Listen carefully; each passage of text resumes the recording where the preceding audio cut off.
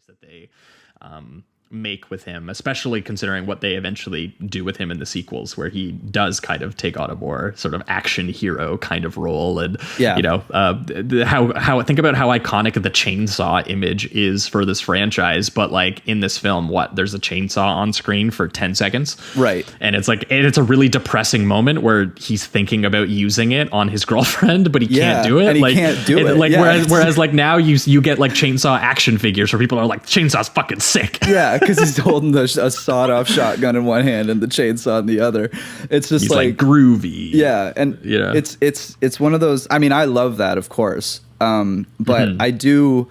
It's just so different from the origins, the scrappy, do-it-yourself, kind of lo-fi origins of this franchise. It's just it is surprising every time I go back to this film, like how different it really is. Yeah. And that's the thing too. Like the Evil Dead 2 is pretty much the first one again, but just with all the extra wackiness and like some because there was like a rights issue where they couldn't make a direct sequel, but they could technically do a remake somehow. Oh, is that what it was?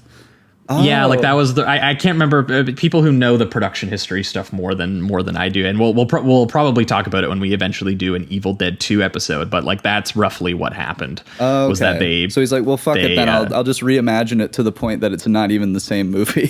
yeah, like it's like they were forced to do a remake. Okay, I didn't know that actually. I was always curious why he just did it again, but in a different way. So that makes more sense in a creative light, I guess. Although he knocked it out of the park. So, but I love both versions of Ash, but I gotta say, as I've just, I don't know, watched more films and grown up, I don't know why, but I think I agree with you that I kind of, this version of Ash has really grown on me to the point where I think it is possibly equal to the Evil Dead 2 Ash and onward, although it gets really wacky in the third one, like we said. But yeah, I still don't know though. Like, do you like this one better? I know we'll get to like reductive right around when we get to it, but do you like this one better than Evil Dead 2 now? I think that I do, and nice. And we'll have to get into it when we get into like some of the actual specifics of like some of the sequences and stuff like that. But totally. I do think that there is a certain purity to this that I really respect, that it and is impossible to replicate except under the exact circumstances that they were under. Like they were a bunch of friends who were very gleefully excited to just construct the grossest and most grueling object anyone had ever seen.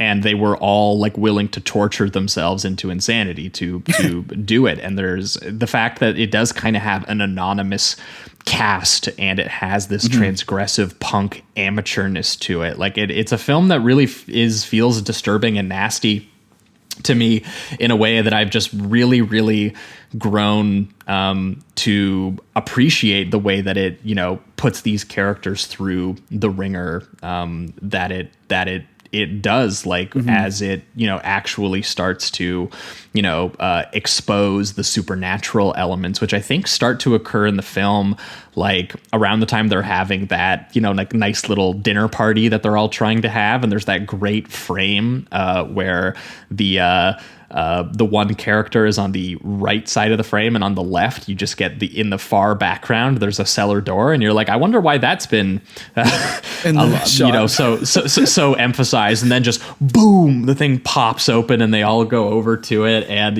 like it immediately kind of freaks them out. And but I love that they react, and like Scott's reaction especially is so funny. Like when they're just like, well, maybe it was an animal. He's like, an animal. That's the stupidest thing I've ever fucking heard or whatever. He's like, Jesus Christ, you're a moron. Such a dick. Yeah. Oh my God. And it's like, that's not even an absurd observation, which is the funniest part of it, I think, is that he's just so like, it almost seems like the character has decided to be a dick in that moment rather than it being like natural absolutely thing.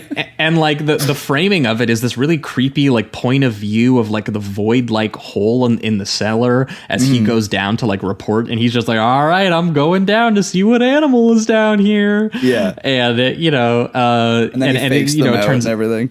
Yeah, he fakes them out with the prank, and Campbell goes down. There's that awesome 360-degree like slow pan around the cobwebs and the stone and the leaking pipes and all of that. But and then down there they find all of the objects they're going to need, right? Too. They find the shotgun and the book and the recording and the dagger and everything like that. Because I'm assuming most people are familiar, but like the whole concept is that it's like a Sumerian version of the Egyptian Book of the Dead is what they find, right? And then they play the recording of the professor who was studying out there, and the professor recites the incantations from the book that are going to raise the demons from the deep and give them permission to walk our earth and possess our bodies. And my favorite detail that is so important to this film is that they can't be killed by anything other than bodily dismemberment, which is like such like a key detail to this thing. Yeah, and even then, it's not a guarantee, it seems, because they come back a lot in this movie just to keep wreaking havoc. It's kind of funny. I also like the idea, and correct me if I'm wrong if you know, but wasn't the archaeologist or whoever was making the tape kind of doing this, like taping it for educational purposes and almost as like a warning? And I just find it very ironic that very tape, because he's reciting the spell, is what raises the demons up from hell. I just think that's very funny and ironic, if that's the case. I thought it was, but yeah, no, I'm pretty sure it is. But it's also implied that like he might, like him and his wife, I think, were like the previous victims, because he does later do another tape where he's hearing about how his wife might be possessed, and he think it's coming for him next, because I think Ash.